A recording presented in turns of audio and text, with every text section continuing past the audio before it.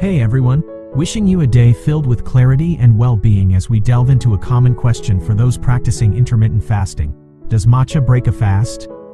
It's a nuanced topic, so let's explore the details to give you a clearer understanding. Whether or not matcha breaks a fast largely depends on the definition of breaking a fast you're following and the amount of matcha consumed.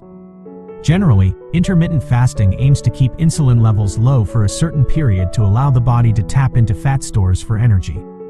Consuming calories, particularly from carbohydrates and proteins, will typically trigger an insulin response and thus break the fast. Pure matcha powder itself is very low in calories. A typical serving, around 1 to 2 teaspoons or 2 to 4 grams, usually contains only a few calories, often less than 10.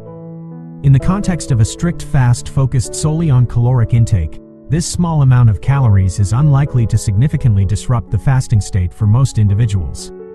However, some stricter fasting protocols also consider the metabolic response to certain nutrients.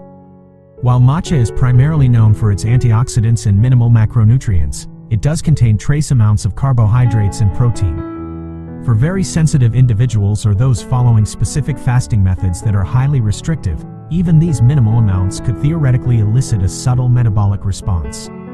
The way you prepare your matcha also plays a crucial role. If you consume plain matcha with only water, the impact on your fast is likely to be minimal. However, adding milk, dairy or non-dairy, sweeteners, or other ingredients will significantly increase the calorie and carbohydrate content, undoubtedly breaking your fast. In conclusion, for most people practicing intermittent fasting, plain matcha consumed in moderation is unlikely to break their fast due to its very low calorie content. However, those following stricter protocols or who are highly sensitive may want to consider their individual responses. Always listen to your body and consider consulting with a healthcare professional or nutritionist if you have specific concerns about how matcha might affect your fasting regimen. That wraps up our discussion on matcha and fasting for today. I hope this has provided some helpful insights. Stay mindful, stay healthy, and I'll catch you in the next video.